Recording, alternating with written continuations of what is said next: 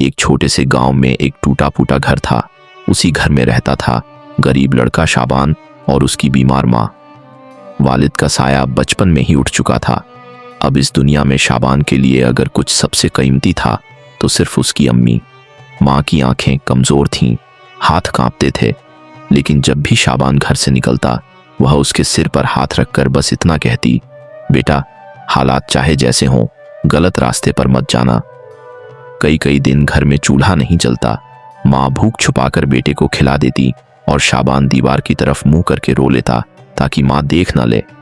एक दिन माँ की तबीयत बहुत ज्यादा बिगड़ गई। दवा के लिए पैसे चाहिए थे, लेकिन शाबान की जेब बिल्कुल खाली थी। उसने पूरे गांव में काम मांगा, मगर हर जगह से निराशा ही मिली। रात होने लगी थी। माँ बिस्तर पर कराह रही थी और शाबान अल्लाह से गिड़गिड़ा रहा था कि मेरी अम्मी को मुझसे मत छीनना।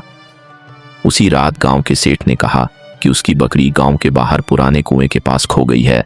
अगर शाबान उसे ले आए तो पैसे मिलेंगे। वही कुआं जहां जाने से लोग डरते थे, क्योंकि कहते थे वहां जिन्नात रहते हैं। शाबान डरा हुआ घर लौटा तो माँ ने उसका चेहरा देखकर समझ लिया। कांपते हाथों से उसके सिर पर हाथ रखा और कहा, बेटा, डर मत, माँ की दुआ तेरे साथ है। माँ की यही बात शाबान की हिम्मत बन गई और वह अंधेरी रात में कुएं की तरफ चल पड़ा। जैसे ही वह कुएं के पास पहुंचा, तेज हवा चली और भारी आवाज आई, कौन है जो यहां आया है? शाबान का दिल कांप गया, लेकिन उसने कहा, मैं शाबान हूं, मेरी माँ बीमार है, मैं किसी का हक नहीं चाहता।